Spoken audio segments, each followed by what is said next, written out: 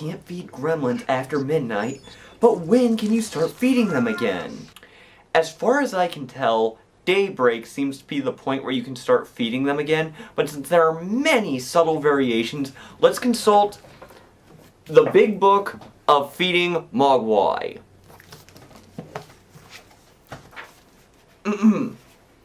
If you are traveling in a plane and you travel through different time zones, it is safe. If it is eating before midnight but gets a little bit of food caught in its teeth, for goodness sake, floss it. Or you could just not let it finish that little bite until daybreak. If your Mogwai is from a different time zone, it's going to have to reset its internal clock and not eat again until it is daybreak in your time zone. Well, I hope that was useful. What exactly is a best boy? Some people will tell you that a Best Boy is an electronics store. But those people just don't speak no good English. Truth be told, many marriages occur on film sets, and ergo, a Best Boy is required for the groom. Why exactly does Sheriff Buford T. Justice hold such a strong grudge against the bandit? He tasks him. The bandit tasks Sheriff Justice, and Sheriff Justice shall have him.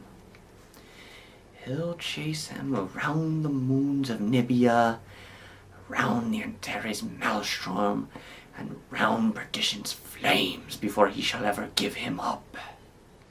D. South 1987 inquires, how is it that children in movies always know how to use heavy machinery? During the early 90s, it was actually quite common for schools to have classes on machinery geared towards young children. I say this with such a lamentation because I remember looking on in envy and wanting to take those classes. I remember being jealous because while I was learning about algebra and social studies, other kids were learning about wrecking balls and cranes.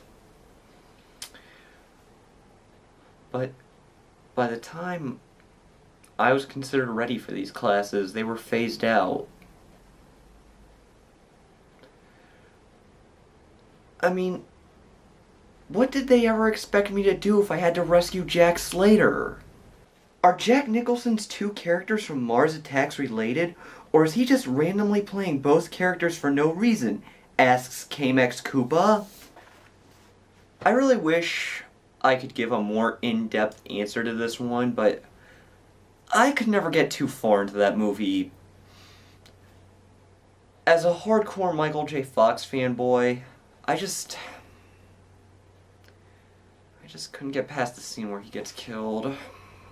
It seems like Bambi's mother for me.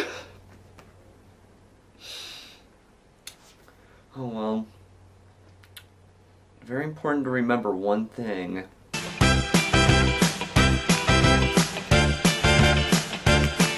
It's not unusual to feel sad when actors die.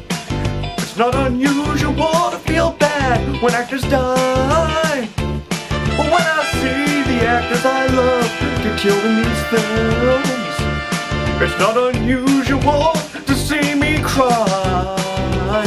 Why did he die?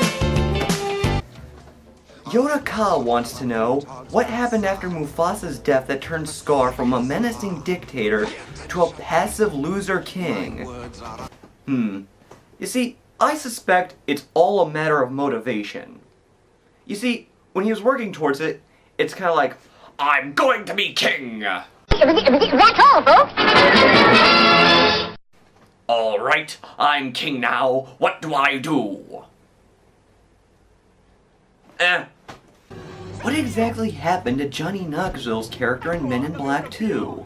It's hard to tell exactly what happened, but my guess is that when he was running away from Men in Black agents, something like this happened.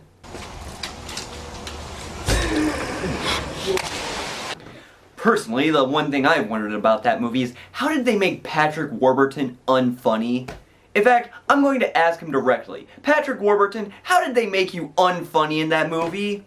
Yeah, I don't totally understand that one either. It's a bit of a mystery to me. But, you know, being on a movie's like, you know, being on a team. And I gotta support the team. Well, that's it for this episode of Movie Questions Answered. You know what? I'm gonna bust a move. It's not unusual to be loved by anyone. It's not unusual to have fun with anyone. But when I see you hanging about with anyone, it's not unusual to see me cry.